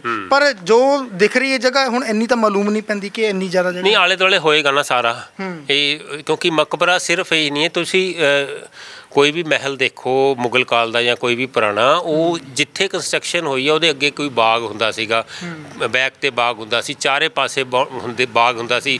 ਤਾਜ ਮਹਿਲ 'ਚ ਵੀ ਜਾਓ ਉਹਦੇ ਫਰੰਟ 'ਤੇ ਬਹੁਤ ਵੱਡਾ ਗਾਰਡਨ ਹੈ। ਤਾਂ ਉਹ ਇਸ ਤਰ੍ਹਾਂ ਦਾ ਕੁਛ ਹੁੰਦਾ ਹੋਏਗਾ। ਸਮੇਂ ਦੇ ਨਾਲ ਕਾਲੋਨੀਜ਼ ਬਣ ਗਈਆਂ, ਅੱਗੇ ਲੋਕਾਂ ਨੇ ਮਕਾਨ ਬਣਾ ਲਏ, ਜ਼ਮੀਨਾਂ ਕਬਜ਼ੇ 'ਚ ਹੋ ਗਈਆਂ, ਇਹ ਸਾਰਾ ਕੁਛ ਹੋ ਗਿਆ। ਅਦਰਵਾਈਜ਼ ਜਗ੍ਹਾ ਜਿਹੜੀ ਤੁਸੀਂ ਬੋਲੀ ਹੈ ਪਮਾਇਸ਼, ਉਹ ਇੰਨੀ ਹੋਏਗੀ, ਕਾਗਜ਼ਾਂ ਦੇ ਵਿੱਚ ਹੋਏਗੀ। ਸੋ ਬਿਲਕੁਲ ਪਹਿਲਾਂ ਬਾਗ ਵੀਰਾਨ ਹੋਇਆ ਹੋਊਗਾ, ਉਸ ਤੋਂ ਬਾਅਦ ਬਾਰੀ ਇਮਾਰਤ ਦੀ ਆਈ ਹੈ। ਪਰ ਲੋੜ ਹੈ ਇਹ ਇਮਾਰਤਾਂ ਨੂੰ ਸਾਂਭਣ ਦੀ, ਤਾਂ ਕਿ ਜਿਹੜਾ ਸਾਡਾ ਇਤਿਹਾਸ ਬਚਿਆ ਰਹਿ ਸਕੇ। ਸਾਡੀ ਅਗਲੀਆਂ ਨਸਲਾਂ ਜਿਹੜੀਆਂ ਹੈਗੀਆਂ ਉਹ ਇਸ ਤੋਂ ਅੰਦਾਜ਼ਾ ਲਾ ਸਕਣ ਕਿ ਕਿਸ ਤਰ੍ਹਾਂ ਦਾ ਉਹ ਸਮਾਂ ਰਿਹਾ ਹੋਵੇਗਾ, ਕਿਸ ਤਰ੍ਹਾਂ ਦੇ ਸਾਡੇ ਲੋਕ ਹੋਣਗੇ, ਕਿਸ ਤਰ੍ਹਾਂ ਉਹ ਰਹਿੰਦੇ ਹੋਣਗੇ, ਤਾਂ ਕਿ ਉਹਨਾਂ ਨੂੰ ਪਿਛਲੀਆਂ ਪੀੜ੍ਹੀਆਂ ਤੋਂ ਕੁਛ ਸਿੱਖਣ ਨੂੰ ਮਿਲ ਸਕੇ। ਸਰਕਾਰਾਂ ਨੂੰ ਇਸ ਪਾਸੇ ਵੱਲ ਧਿਆਨ ਦੇਣ ਦੀ ਲੋੜ ਹੈ, ਕਿਉਂਕਿ ਇਹ ਇਮਾਰਤ ਚੀਕ ਚੀਕ ਕੇ ਪੁਕਾਰ ਕਰ ਰਹੀ ਹੈ ਕਿ ਮੇਰੇ ਵੱਲ ਧਿਆਨ ਦਿਓ। ਪਰ ਸ਼ਾਇਦ ਜਿਹੜੇ ਲੋਕਾਂ ਨੇ ਇਸ ਪਾਸੇ ਵੱਲ ਕੰਮ ਕਰਨਾ ਸੀ ਉਹਨਾਂ ਦੇ ਕੰਨਾਂ ਤੱਕ ਇਹ ਆਵਾਜ਼ ਪਹੁੰਚ ਨਹੀਂ ਰਹੀ। ਉਮੀਦ ਕਰਦੇ ਹਾਂ ਕਿ ਅਸੀਂ ਜਿਸ ਤਰ੍ਹਾਂ ਇਹ ਸਾਰੀ ਜੋ ਜਗ੍ਹਾ ਨੂੰ ਫਿਲਮਾਇਆ, ਜਿੰਨਾ ਕੁ ਸਾਨੂੰ ਇਸ ਦੇ ਇਤਿਹਾਸ ਬਾਰੇ ਪਤਾ ਸੀ, ਜਿੰਨਾ ਕੁ ਅਸੀਂ ਦੱਸ ਸਕੇ ਹਾਂ, ਇਹ ਆਵਾਜ਼ ਜ਼ਰੂਰ ਅਧਿਕਾਰੀਆਂ ਦੇ ਵੀ ਕੰਨਾਂ ਤੱਕ ਪਹੁੰਚ ਸਕੇਗੀ, ਸਰਕਾਰਾਂ ਦੇ ਕੰਨਾਂ ਤੱਕ ਵੀ ਪਹੁੰਚ ਸਕੇਗੀ ਅਤੇ ਲੋਕਾਂ ਦੇ ਕੰਨਾਂ ਤੱਕ ਵੀ ਪਹੁੰਚ ਸਕੇਗੀ, ਤਾਂ ਕਿ ਰਲ ਮਿਲ ਕੇ ਹੰਬਲਾ ਮਾਰ ਸਕੀਏ। ਅਤੇ ਇਹ ਇਮਾਰਤਾਂ ਜੋ ਸਾਡੇ ਇਤਿਹਾਸ ਦੀ ਗਵਾਹੀ ਭਰਦੀਆਂ, ਭਾਵੇਂ ਕਿਸੇ ਰੂਪ 'ਚ ਵੀ ਭਰਦੀਆਂ, ਯਾਦ ਕਿਸੇ ਦੀ ਵੀ ਹੋਵੇ, ਪਰ ਜੋ ਬੀਤਿਆ ਸਮਾਂ ਹੈ ਉਸ ਦਾ ਸਮਕਾਲੀ ਤਾਂ ਕੋਈ ਨਾ ਕੋਈ ਰਿਹਾ ਹੋਵੇਗਾ। ਜੇ ਅਸੀਂ ਆਪਣੇ ਗੁਰੂਆਂ ਪੀਰਾਂ ਦੀ ਗੱਲ ਕਰੀਏ, ਉਹ ਵੀ ਸਮਕਾਲੀ ਰਹੇ ਹੋਣਗੇ, ਉਹਨਾਂ ਦੇ ਇਤਿਹਾਸ ਬਾਰੇ ਵੀ ਬਹੁਤ ਸਾਰੀਆਂ ਚੀਜ਼ਾਂ ਸਾਨੂੰ ਪਤਾ ਲੱਗ ਸਕਦੀਆਂ। ਹੋਰ ਵੱਖ-ਵੱਖ ਪੱਖਾਂ ਤੋਂ ਜਦੋਂ ਇਮਾਰਤਾਂ ਦੀ ਗੱਲ ਚੱਲੂਗੀ ਕਿਸੇ ਸਦੀ ਦੀਆਂ, ਤਾਂ ਜਾਣਕਾਰੀ ਜ਼ਰੂਰ ਮਿਲੂਗੀ। ਇਹ ਇਮਾਰਤਾਂ ਉਸ ਦੇ ਨਾਲ ਸੰਬੰਧਿਤ ਜਾਣਕਾਰੀ ਜ਼ਰੂਰ ਮੁਹੱਈਆ ਕਰਾਉਣਗੀਆਂ। ਸੋ ਉਮੀਦ ਕਰਦੇ ਹਾਂ ਕਿ ਇਹ ਆਵਾਜ਼ ਜ਼ਰੂਰ ਪਹੁੰਚੇਗੀ ਉਹਨਾਂ ਕੰਨਾਂ ਤੱਕ ਜਿਹੜੇ ਕੰਨ ਸੁਣ ਕੇ ਇਸ ਨੂੰ ਸੁਧਾਰ ਸਕਦੇ ਆ। ਸੋ ਉਮੀਦ ਕਰਦੇ ਹਾਂ ਜਲਦੀ ਇਸ ਦੀ ਦਸ਼ਾ ਬਦਲ ਸਕੇਗੀ। ਗੁਰਪ੍ਰੀਤ ਸਿੰਘ ਦੇ ਨਾਲ ਸਤਨਾਮ ਸਿੰਘ, ਪੰਜਾਬੀ ਲੋਕ ਚੈਨਲ।